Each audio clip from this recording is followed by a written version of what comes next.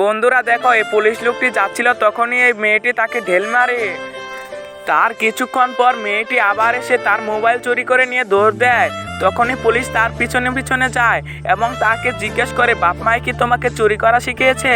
মেয়েটি বোবা ছিল, তাকে এক জায়গায় নিয়ে যেতে চায়।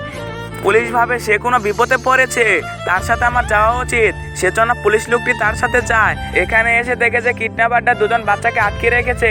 সে গ্লাস ভাঙিয়ে তাদের দুজনকে রক্ষা করে নেয় এবং মেয়েটিকে ধন্যবাদ জানায় এবং ছেলেদের কাছে জিজ্ঞাসা করে তারা এখানে কিভাবে এসেছে।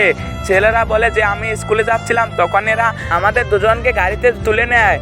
তারা আমাদের দুজনকে গাড়িতে তুলে নেয় এবং তারা গাড়ি টেনে এখান থেকে চলে যায়। আর বোবা মেয়েটি আমাদের পিছন পিছন এখানে চলে আসে। পুলিশ কন্ট্রোল রুমে ফোন করে এবং বলে যে এখানে কিডন্যাপার ধরেছি, তোমরা তাড়াতাড়ি এখানে চলে আসো।